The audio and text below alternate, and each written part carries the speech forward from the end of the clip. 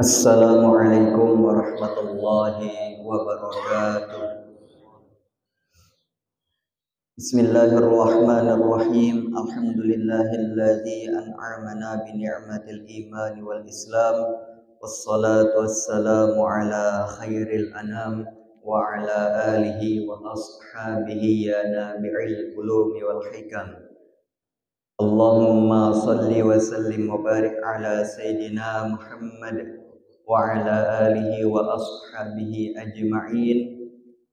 Subhanaka la ilma lana illa ma 'allamtana innaka antal alimul hakim wa la haula wa la quwwata illa billahil aliyyil azim.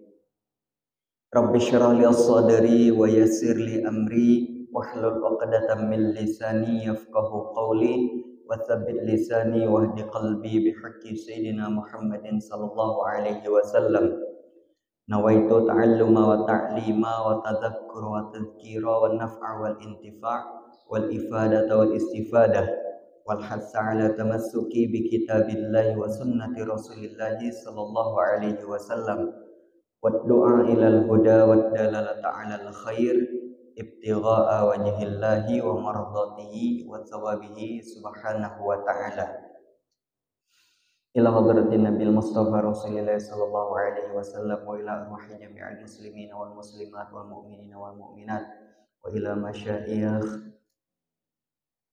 wa ila hadratin Nabil al-Fatihah.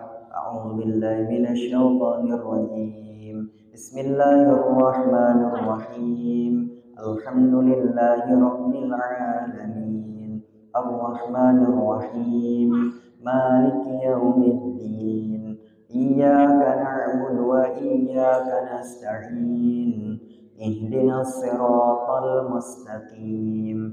Siratal ladzina an'amta 'alaihim ghairil maghdubi 'alaihim waladdallin. Amin. Bismillahirrahmanirrahim. Alhamdulillahirabbil alamin. Puji syukur kehadirat Allah Subhanahu wa taala. Alhamdulillah atas segala nikmat yang Allah karuniakan kepada kita sehingga pada subuh hari ini kita dapat berhadir di rumah Allah Subhanahu wa taala melaksanakan salat fardu subuh yang kita kerjakan secara berjamaah. Lanjutkan dengan pengajian dan insyaallah nanti akan kita tutup dengan 2 rakaat salat isyraq. Mudah-mudahan apa yang kita lakukan, apa yang kita niatkan mendapat ganjaran pahala dari Allah Subhanahu wa taala, keberkahan fid dunya wal akhirah. Amin Allahumma amin. Salawat dan salam kita haturkan kepada junjungan kita baginda Rasulullah sallallahu alaihi wasallam. Allahumma salli wa sallim wa barik ala sayyidina Muhammad wa ala ali sayyidina Muhammad. Senantiasa berniat i'tikaf di dalam ini masjid. Niatkan di dalam hati, dilafazkan di lisan, nawaitul i'tikafa fi hadzal masjid sunnatan lillahi ta'ala saja. Aku niat i'tikaf di dalam ini masjid sunnah karena Allah taala. Bapak Ibu masyaallah hadirin wal hadirat, para orang tua kami pengurus Masjid Raudhatul Muslimin yang dirahmati oleh Allah Subhanahu wa taala. Melanjutkan daripada pengajian kita tafsir Jalalain, memasuki ayat yang ke-58 di dalam surah Al-Baqarah. A'udzu billahi minasyaitonir rajim. Wa idh qulna dakhulu hadhil qaryah fakulu minha haitsu syi'tum raghadan wa dakhulul baba sujjadah wa qulu hittatun naghfir lakum khatayakum wa sanazidul muhsinin. Fabaddala alladhina zalamu qawlan ghayra alladhi qila lahum fa'anzalna 'ala alladhina zalamu rijzan minas sama'i bima kanu yafsukun. Wa idh istasqa Musa liqaumihi faqulna idrib bi'asakal hajar fafajarat minhu ithnata asyrata 'aina qad 'alima kullu unasim mashrabahum kulu washrabu min rizqillahi wa la ta'tsaw fil ardi mufsidin. Shadaqallahul azim. Bapak Ibu masyaallah hadirin wal hadirat jamaah salat fardu subuh yang dirahmati oleh Allah Subhanahu wa taala. Di ayat yang ke-58 di dalam surah Al-Baqarah masih menceritakan tentang kisah Bani Israel bersama Nabi Musa alaihi salam. Qala Allah Ta'ala wa idh qulna dakhulu hadhil qaryah. Dan ingatlah ketika kami firmankan, udkhulu hadhil qaryah, masuklah pada ini negeri. Jadi masih membicarakan tentang kaum Bani Israel. Ketika kaum Bani Israel, yaitu pengikut daripada Nabi Musa alaihi salam, Allah selamatkan daripada kejaran Fir'aun dan Allah binasakan Fir'aun dan bala tentaranya di Lautan Merah. Maka ketika mereka selamat daripada Lautan Merah tersebut, maka belum habis cerita sampai di situ. Maka Allah Subhanahu wa taala memerintahkan mereka untuk memasuki sebuah negeri. Sebuah negeri yang diberkati, sebuah negeri merupakan tanah para nabi dan para rasul terdahulu. Udkhulu hadhil qaryah, kata Allah. Masuklah pada ini negeri. Maka di dalam tafsir ini dijelaskan negeri tersebut, tanah yang diberkahi tersebut tidak lain dan tidak bukan Baitul Maqdis. Atau Baitul Maqdis atau Riha atau Yerusalem. Maka Bapak Ibu yang dirahmati oleh Allah Subhanahu wa taala, memang negeri Palestina atau Baitul Maqdis itu memang salah satu daripada tanah yang diberkahi oleh Allah Subhanahu wa taala, salah satu tempat para nabi dan rasul terdahulu tinggal. Bahkan kita kenal di dalam sejarah Nabi Ibrahim alaihissalam, beliau hijrahnya salah satunya ke Palestina. Nabi Daud alaihissalam juga membuat sebuah kerajaan di Baitul Maqdis. Nabi Sulaiman alaihissalam pun juga membuat sebuah kerajaan di Baitul Maqdis. Maka kita kenal dengan sebuah istilah, ada namanya King Solomon. Solomon di situ ialah Nabi Sulaiman. Maka banyak di antara para nabi dan rasul terdahulu yang mana salah satu tempatnya ialah diperintahkan oleh Allah di Baitul Maqdis tersebut. Maka di zaman kita sekarang terjadinya konflik yang terus menerus. Salah satunya ialah karena mereka menganggap bahwasanya tanah Palestina itu merupakan tanah nenek moyangnya mereka. Tetapi di satu sisi mereka terus membangkang nenek moyang mereka itu mempunyai sifat watak atau tabiat yang selalu membangkang akan perintah Allah Subhanahu wa taala. Maka ketika Allah Subhanahu wa taala memerintahkan mereka untuk pergi ke sebuah negeri tersebut, yaitu negeri Baitul Maqdis, maka mereka mengatakan, wahai Nabi Musa, silahkan engkau pergi sendiri, kami tinggal di sini. Padahal yang memerintahkan itu ialah seorang nabi, Nabi Musa. Maka kita bahas sedikit tentang banyak sekali nikmat-nikmat yang Allah anugerahkan kepada Bani Israel ini terdahulu. Maka karena mereka ini mempunyai sifat dan tabiat watak yang senantiasa membangkang dan tidak selalu bersyukur akan nikmat Allah, padahal mereka dahulunya adalah seorang budak diselamatkan oleh Nabi Musa, seorang budak yang senantiasa ditindas oleh Fir'aun, sebagai seorang budak yang selalu disuruh sebagai seorang budak, maka Allah selamatkan mereka bersama Nabi Musa. Maka ketika dalam perjalanan tersebut pun Allah anugerahkan sebuah nikmat yang belum Allah anugerahkan kepada kaum-kaum sebelumnya. Maka di ayat sebelumnya kita bahas bahwasanya salah satu makanan yang Allah sediakan untuk Bani Israel ini adalah sebuah hidangan dari surga. Kita selama ini saja belum pernah makan makanan dari surga. Ini kaum Bani Israel, di Allah hidangkan kepada mereka sebuah makanan dari surga. Maka disebutkan makanan tersebut ialah man wassalwa, manna wassalwa. Maka man itu ialah sejenis madu yang sangat manis rasanya, sedangkan salwa itu menurut sebagian ulama adalah seperti burung puyuh, ya, yang rasanya dagingnya sangat lezat sekali. Maka ketika itu Allah Subhanahu wa taala memerintahkan mereka kaum Bani Israel ini yang asalnya mereka dari Mesir, disuruh mereka untuk pergi ke sebuah negeri yang sangat diberkati, negeri para nabi terdahulu, yaitu Baitul Maqdis. Fakulu minha haitsu syi'tum ragada. Maka Allah perintahkan mereka, silahkan makan apapun yang engkau kehendaki.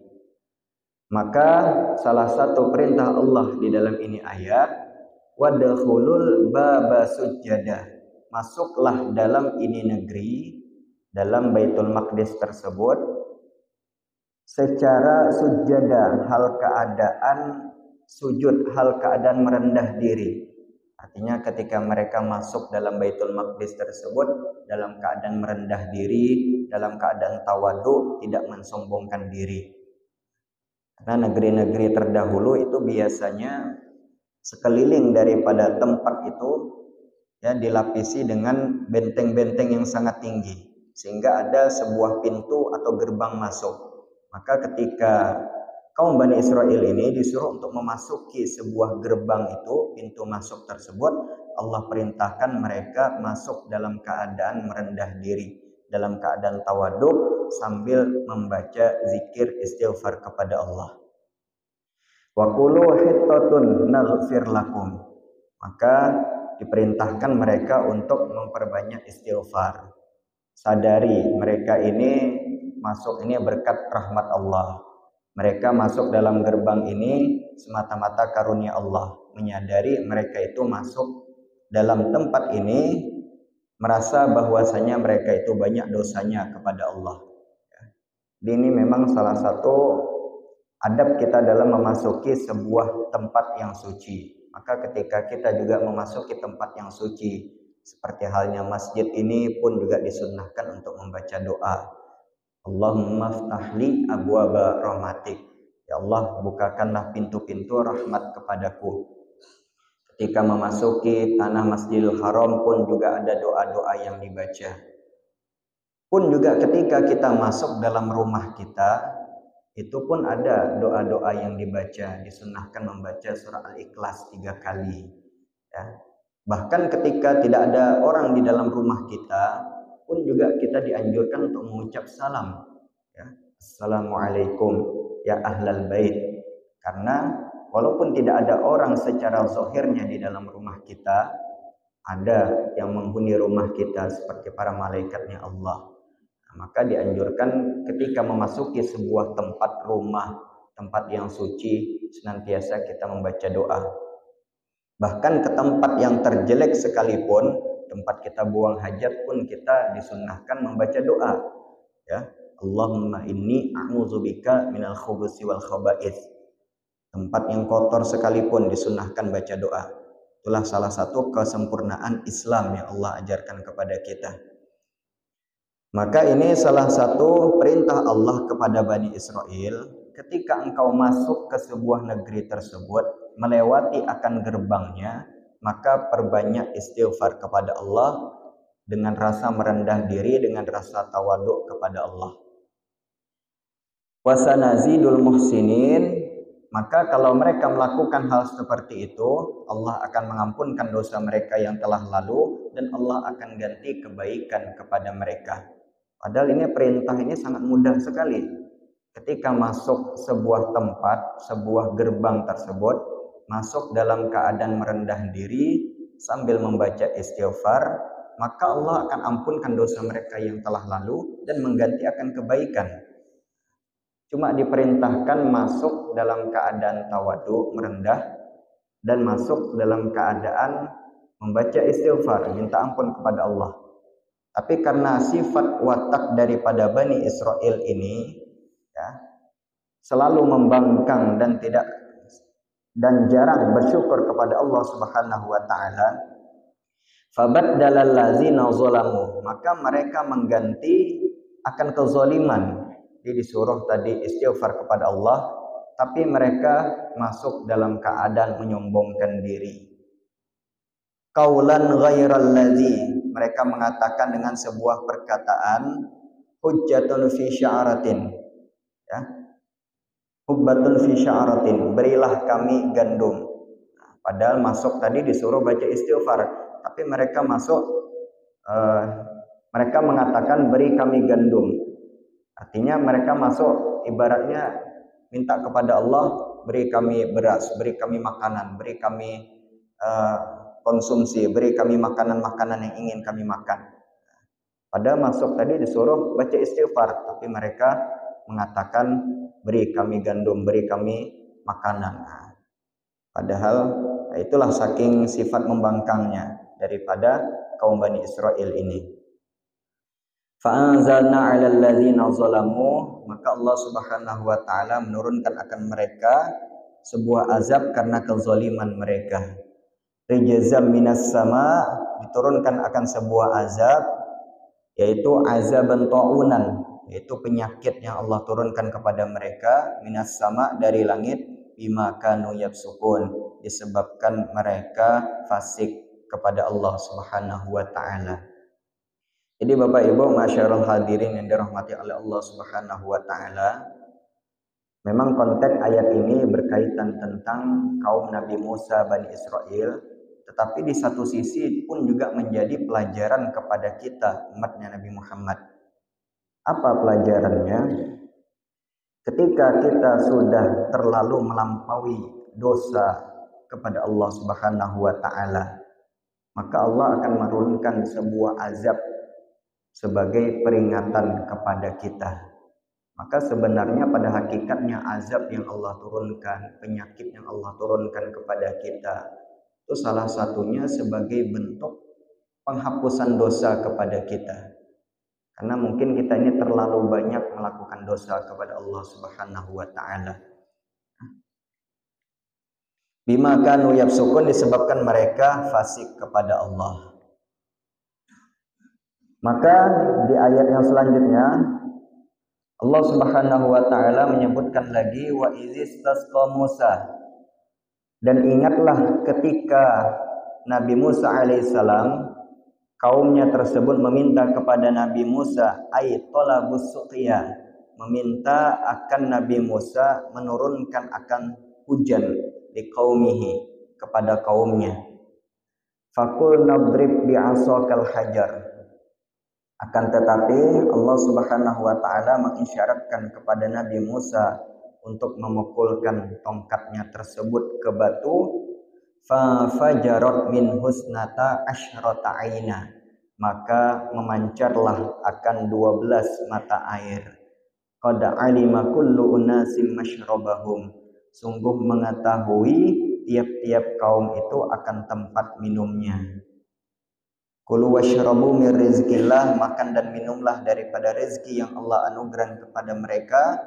Wala ta'sau fil ardi mufsidin, dan janganlah engkau membuat kerusakan di muka bumi ini. Ini Bapak Ibu yang dirahmati oleh Allah Subhanahu wa taala, Nabi Musa alaihissalam diberi mukjizat oleh Allah Subhanahu wa taala dengan sebuah tongkat. Dan tongkat itu pun juga masih ada sampai zaman kita sekarang. Itu dimuseumkan, tongkat Nabi Musa alaihissalam tersebut. Tapi bukan tongkat tersebut yang ajaib, ya. Ini hanya semata-mata mukjizat dari Allah Subhanahu wa taala. Artinya kalau kita ambil tongkat tersebut, tidak akan bisa juga kita membelah lautan. Karena itu mukjizat. Jadi salah satu mukjizat yang Allah anugerahkan kepada Nabi Musa alaihissalam ini, di tongkatnya Nabi Musa tersebut Allah anugerahkan bisa membelah lautan. Dengan tongkatnya Nabi Musa alaihissalam tadi bisa merubah menjadi ular yang sangat besar. Di tongkat Nabi Musa alaihissalam tadi bisa memukulkan batu dan batu tadi mengalir akan 12 mata air. Jadi ketika kaumnya Nabi Musa ini meminta kepada Allah untuk diturunkan hujan, wa izistasqa Musa liqaumihi, ketika mereka meminta hujan kepada Allah, maka ini diambil juga salah satunya istisqa. Maka salat istisqa itu salat untuk minta hujan. Nah, Bapak Ibu yang dirahmati oleh Allah, kalau kita melihat dataran daripada jazirah Arab itu di dalam peta, itu sangat jauh sekali dengan dataran kita yang ada di Indonesia ini. Jadi kalau kita melihat di Google Maps itu, kalau Indonesia ini penuh dengan hijau, ya, hijau, sangat hijau sekali tanahnya. Tapi kalau kita beralih ke Jazirah Arab sana, ke Arab Saudi, ke Palestina, ke Mesir sana, itu bentuk daripada tanahnya kita lihat dari satelit saja itu sudah berwarna kuning. Artinya gersang sekali. Artinya sulit ditemukan kesuburan tumbuh-tumbuhan yang ada seperti di negeri kita ini. Maka ini salah satu yang menjadi daripada kesusahan daripada kaum Nabi Musa ketika itu. Jangankan mereka melihat akan sungai, untuk mendapatkan air minum saja sulit. Nah, maka mereka meminta akan diturunkan hujan. Wahai Musa, turunkan kepada kami hujan. Maka Allah isyaratkan kepada Nabi Musa untuk memukulkan sebuah batu, maka memancarlah fanfajarat min husnata asyrata aina. Memancarlah akan 12 mata air. Artinya di 12 mata air ini, kenapa disebutkan 12 di sini? Karena suku daripada Bani Israel itu sebanyak 12 suku. Ya, ada 12 suku dari Bani Israel itu. Ya, ada yang namanya Yahuda. Yahuda itu yang akan kita kenal sekarang dengan Yahudi sekarang. Ada juga suku yang dari Nabi Yusuf alaihissalam. Nabi Yusuf itu dari ibu yang lain. Jadi Nabi Yakub itu menikah, mempunyai 4 istri. Ya, salah satunya istrinya itu melahirkan daripada Nabi Yusuf alaihissalam dan saudaranya Bunyamin. Nah, itu lain lagi sukunya. Jadi ada 12 suku. Jadi dari 12 suku itulah memancar air. Jadi memancar air keseluruhannya. Maka tiap-tiap kaum itu mengetahui akan tempat minumnya masing-masing. Jadi satu suku ngambil air ke sebelah sini, satu suku ngambil air sebelah sini, memancar 12 mata air.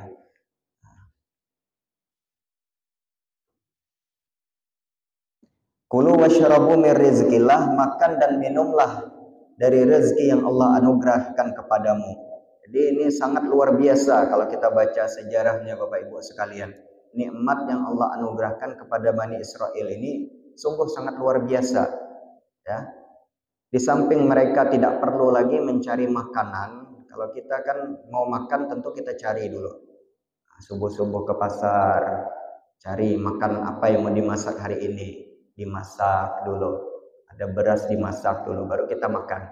Sedangkan ini kaum Bani Israel ini, saking sayangnya Allah kepada mereka, saking diutamakannya mereka pada zaman itu, Allah anugerahkan makanan dari surga, manna wassalwa tadi. Artinya mereka tanpa perlu ke pasar, tanpa perlu memasak untuk makan makanan ini.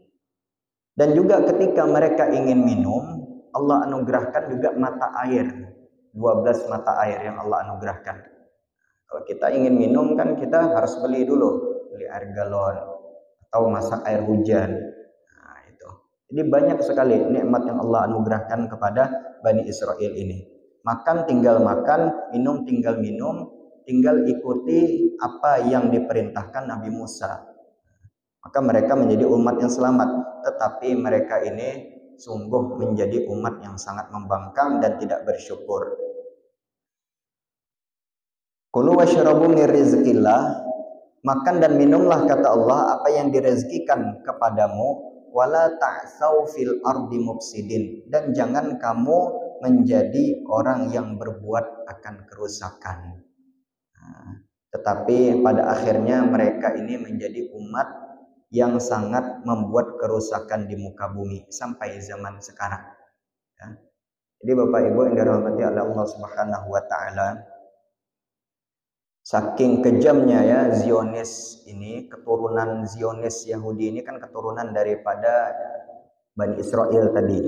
Nah, keturunan mereka ini ya saking kejamnya kita lihat sekarang di Palestina itu sampai sekarang ya umat Islam itu sangat sungguh luar biasa ditindas. Banyak beribu-ribu nyawa ya mati. Tapi mereka meyakini umat Islam bahwasanya kematian mereka itu merupakan syahidnya mereka. Padahal kalau kita melihat aturan di dalam peperangan itu Bapak Ibu sekalian, Nabi Muhammad kan sering menaklukkan sebuah tempat. Artinya Nabi dan para umatnya, pasukan Nabi Muhammad sering juga melakukan peperangan seperti perang Badar, perang Uhud dan lain sebagainya. Maka salah satu aturan di dalam perang yang diatur oleh Nabi, ketika seorang itu perang, maka mereka tidak boleh menghancurkan daripada tempat tinggal.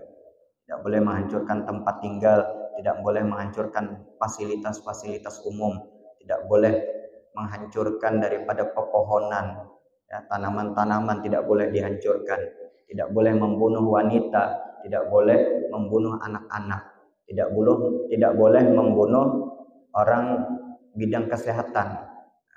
Itu diantara aturan-aturan Nabi ketika perang. Itu salah satu ya ajaran yang sangat luar biasa. Ketika perang pun ada aturannya. Artinya tidak boleh semua orang itu dibunuh. Wanita tidak boleh dibunuh, anak-anak tidak boleh dibunuh. Tapi kita lihat di zaman sekarang saking kejamnya Zionis Israel itu, jangankan laki-laki yang sudah dewasa, perempuan juga mereka bunuh. Bahkan anak-anak pun mereka bunuh. Ya, kita lihat ada anak-anak itu yang baru lahir, 7 hari baru lahir, nah itu mereka bunuh. Nauzubillah min zalik. 7 hari baru lahir mereka bunuh. Nah, jadi itulah salah satu kekejaman daripada Zionis Israel ini. Jadi ulama mengatakan kenapa ya Allah tidak binasakan Israel itu sampai zaman sekarang. Ya, salah satunya ulama mengatakan itu sebagai wadah atau tempat kita jihad kita di zaman sekarang. Jadi kalau di zaman Nabi dahulu ya para kaum muslimin itu perang Badar, perang Uhud. Jadi salah satu tempat jihad kita sekarang itulah di tanah Palestina tersebut. Maka mungkin saat ini kita tidak bisa membantu secara fisik, artinya kita tidak bisa pergi ke sana atau ikut perang juga mungkin sulit.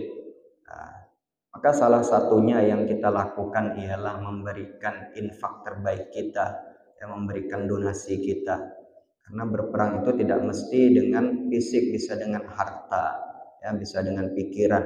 Dan salah satu cara termudah ialah yang memboikot produk-produk mereka itu.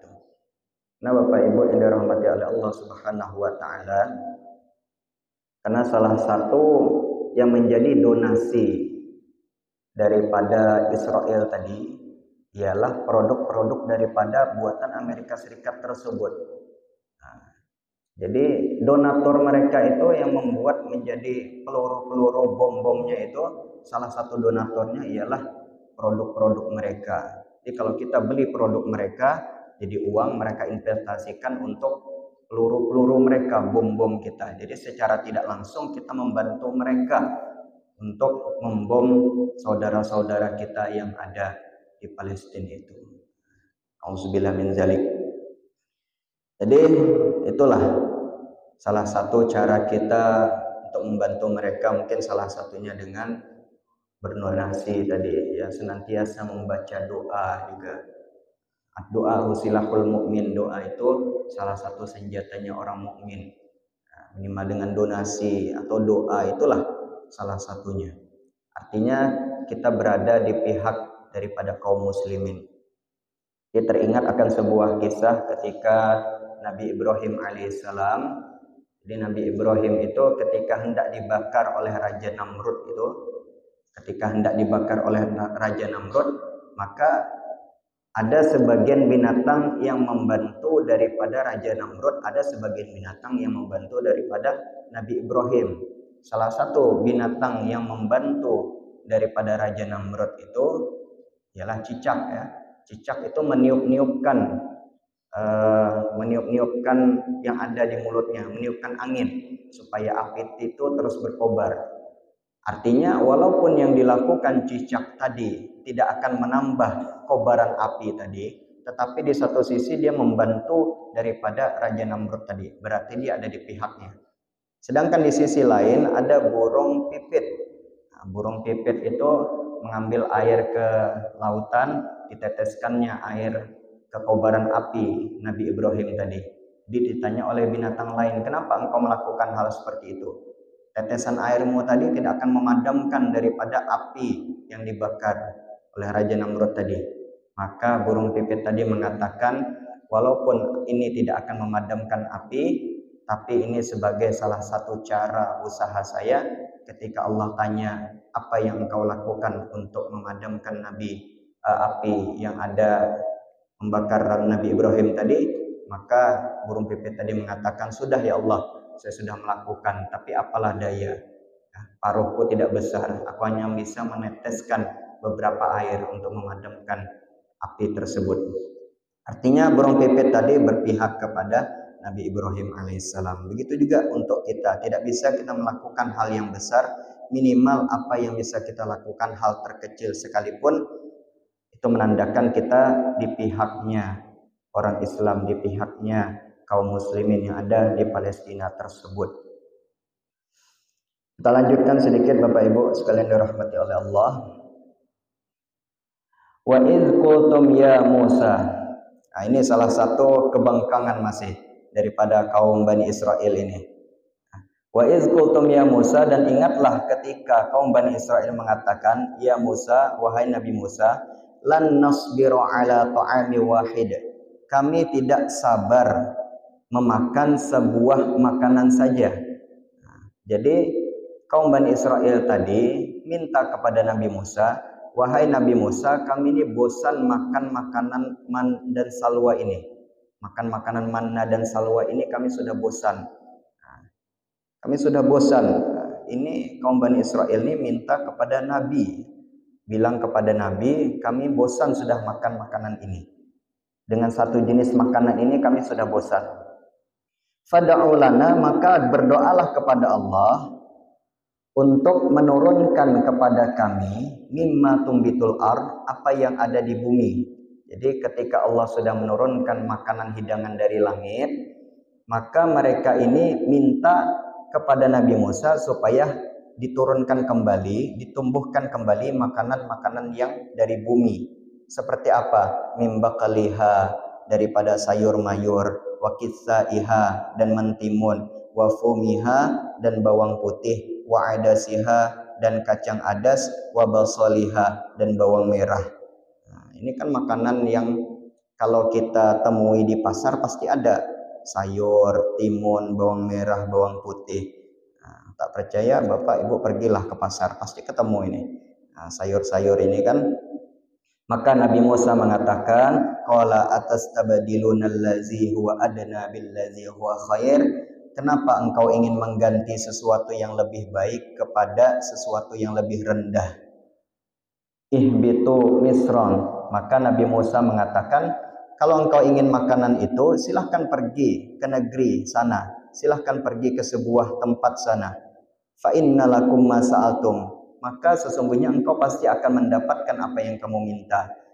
Wa duribat alaihimuz zillah. Maka mereka dicap sebagai Allah Subhanahu wa taala sebagai umat yang membangkang dan mendapatkan kebinasaan.